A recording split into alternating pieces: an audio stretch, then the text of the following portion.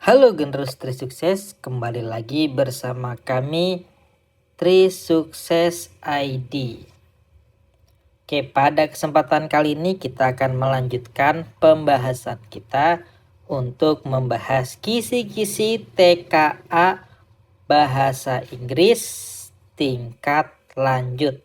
Jadi bahasa Inggris tingkat lanjut merupakan salah satu mata uji pilihan yang bisa kalian pilih. Untuk kisi-kisi ini terdapat 6 jenis soal yang akan kita bahas satu persatu. Oke, langsung saja kita bahas soal yang pertama. Oke, jadi soal yang pertama sampai 3 akan diberikan sebuah teks yang nantinya akan menjadi rujukan dalam menjawab pertanyaan. Oke, langsung kita ke pertanyaannya. Pertanyaannya adalah, based on the information given, which industry sectors are heavily impacted by AI? Click the yes or no option for each statement. Jadi bentuk soal ini adalah bentuk soal pilihan ganda kompleks kategori, di mana kita diarahkan untuk menentukan statement mana yang kategori yes dan mana yang no. Oke, langsung saja kita bahas satu persatu statementnya.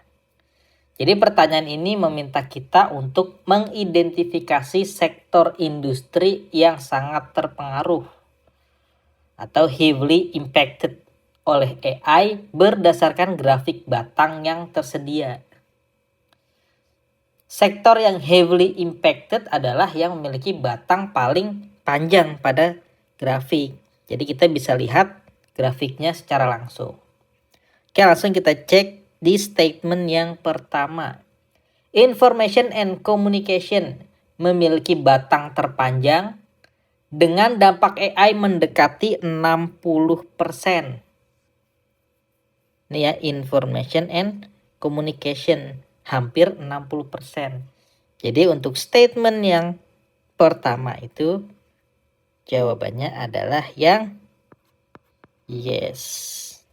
Oke, lanjut ke statement yang kedua.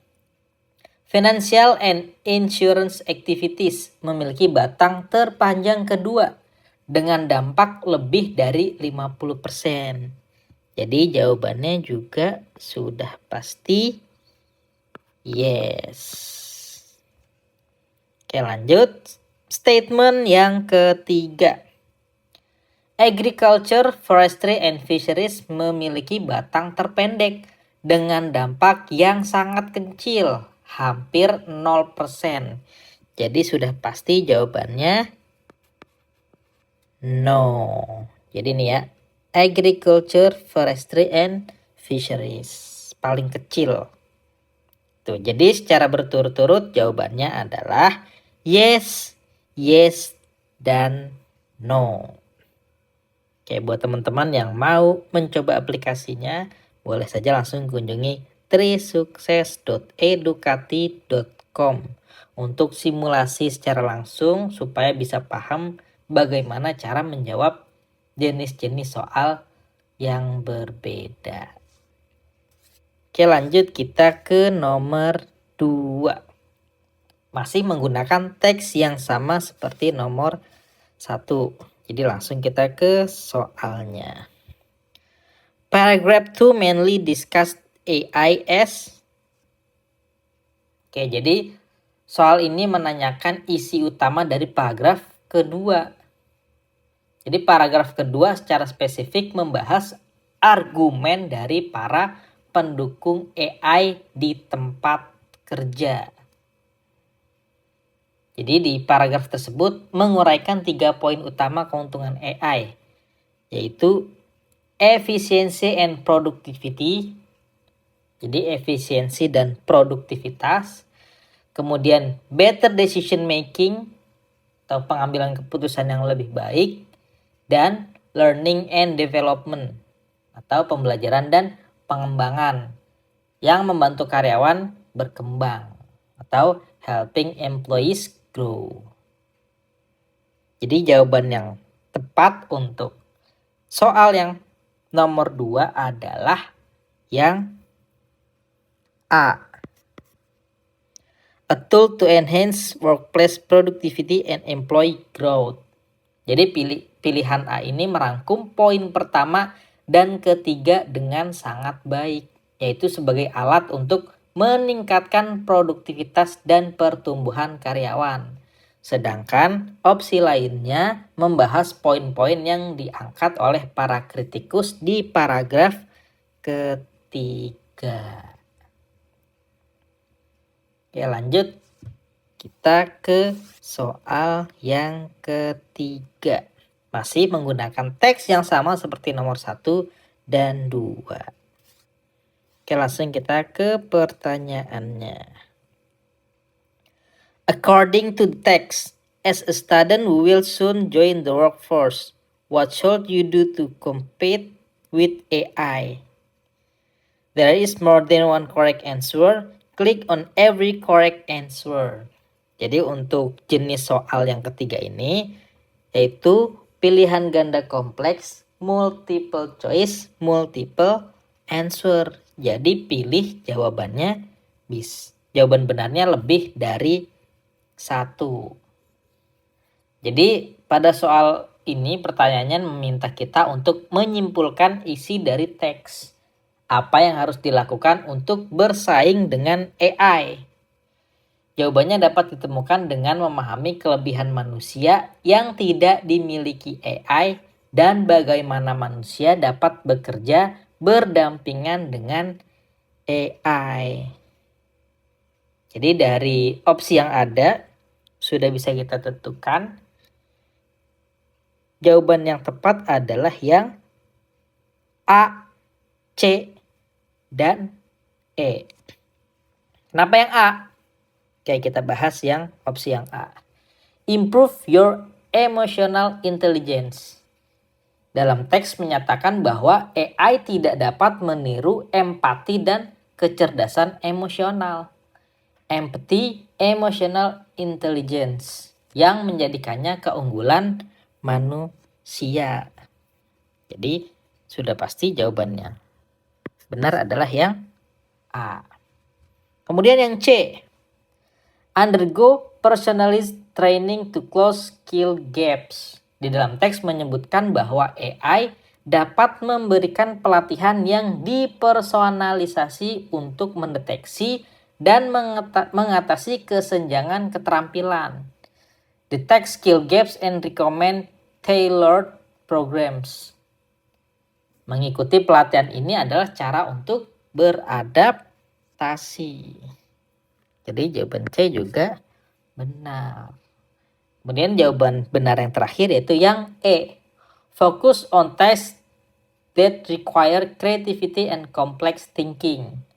Di dalam teks juga menjelaskan bahwa AI dapat menangani tugas berulang, memungkinkan karyawan untuk fokus pada pekerjaan yang lebih kompleks dan kreatif. More complex and creative work. Ini menyiratkan bahwa kreativitas dan pemikiran kompleks adalah ranahnya manusia. Yang E. Untuk opsi B dan D menyarankan untuk menghindari teknologi yang justru bertentangan dengan kesimpulan teks yang menyarankan pendekatan yang terencana untuk adopsi AI. Jadi untuk soal ini jawaban benarnya adalah A, C, dan E. Oke, lanjut ke soal nomor 4. Untuk soal nomor 4 ini kita diberikan teks baru lagi untuk mengerjakan soal nomor 4 sampai 6.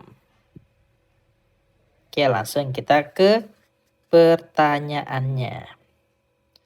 According to the text, what are the main reasons why many people are going cashless? There is more than one correct answer. Click on every correct answer. Ini sama seperti soal sebelumnya. Jadi jenis soal ini adalah soal pilihan ganda kompleks, multiple choice, multiple answer. Jadi jawaban benarnya lebih dari satu. Oke, langsung saja. Pertanyaan ini menanyakan alasan utama orang-orang beralih ke pembayaran non-tunai atau cashless. Di dalam teks secara eksplisit menyebutkan beberapa alasan. Tuh, alasannya itu yang A dan yang C. Kita bahas yang A terlebih dahulu, yaitu digital payments are quicker and more practical. Di dalam teks menyatakan, one main reason for this shift is convenience. Paying with a phone or card is faster and easier. Ini sesuai dengan pilihan atau opsi yang A. Kemudian yang C. Schools and cafes have started reusing cash. Dalam teks juga menyebutkan many schools and cafes now even refuse to accept cash, encouraging young people to adapt. Ini menjadi faktor pendorong bagi generasi muda. Jawaban benarnya itu yang A dan C. Pilihan B, D, dan E tidak disebutkan di dalam teks sebagai alasan tren non-tunai atau cashless. Jadi jawabannya berturut-turut, yang betul adalah yang A dan C. Lanjut ke soal nomor 5. Masih menggunakan teks yang sama seperti nomor 4 tadi. Langsung ke pertanyaannya. Who is the author writing this text for? There is more than one correct answer. Click on every correct answer. Jadi sama seperti soal sebelumnya. Jenis soal ini adalah soal pilihan ganda kompleks, multiple choice, multiple answer. Jadi dalam soal ini menanyakan untuk siapa teks ini ditulis atau audiens yang dituju. Gaya bahasa teks ini sederhana, informatif, dan menjelaskan sebuah tren modern dari berbagai sisi. Ini menunjukkan bahwa teks ditujukan untuk audiens umum yang tidak memerlukan pengetahuan khusus. Jadi jawaban yang paling tepat adalah yang A, D, dan E. Oke, kita bahas opsinya satu persatu. Yang pertama yang A dulu. Teenagers and young adults adapting to digital payment. Di dalam teks secara spesifik menyebut especially young ones. Dan bagaimana mereka didorong untuk beradaptasi, menjadikan mereka audiens yang sangat relevan. Yang A betul. Kemudian yang D. Students learning about modern lifestyles. Jadi topik tentang cashless generation dan gaya hidup modern sangat cocok untuk materi pembelajaran bagi siswa. Dan yang terakhir adalah yang E. People unfamiliar with digital technology.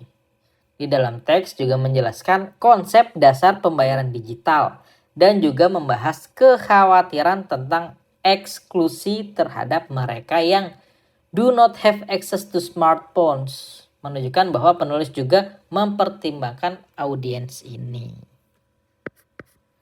Jadi jawabannya berturut-turut, yaitu yang A, D, dan E. Untuk audiens seperti pejabat pemerintah, yang opsi B, atau staf bank, yang C, akan membutuhkan bacaan yang lebih teknis dan mendalam. Oke, lanjut ke soal yang terakhir, nomor 6. Masih menggunakan teks yang sama seperti nomor 4 dan nomor 5. Langsung saja ke pertanyaannya. How does the writer present different viewpoints about the topic? Di pertanyaan ini menanyakan bagaimana penulis menyajikan sudut pandang yang berbeda. Dalam struktur teks ini sangat jelas. Penulis pertama kali menjelaskan keuntungan atau pros dari non-tunai, seperti convenience, faster and easier, dan reduce the risk of death. Kemudian, penulis menggunakan kata transisi, however, untuk memperkenalkan kerugian atau cons, seperti exclude older generation and privacy and security. Jadi kesimpulannya juga menyebutkan adanya advantages and disadvantages. Pendekatan ini paling tepat dideskripsikan sebagai menyebutkan pro dan kontra atau pros and cons dari topik tersebut. Maka jawaban yang paling tepat adalah yang E, yaitu by mentioning pros and cons of going cashless. Oke, selesai sudah pembahasan kita untuk 6 jenis soal TKA mata uji pilihan, yaitu bahasa Inggris tingkat lanjut.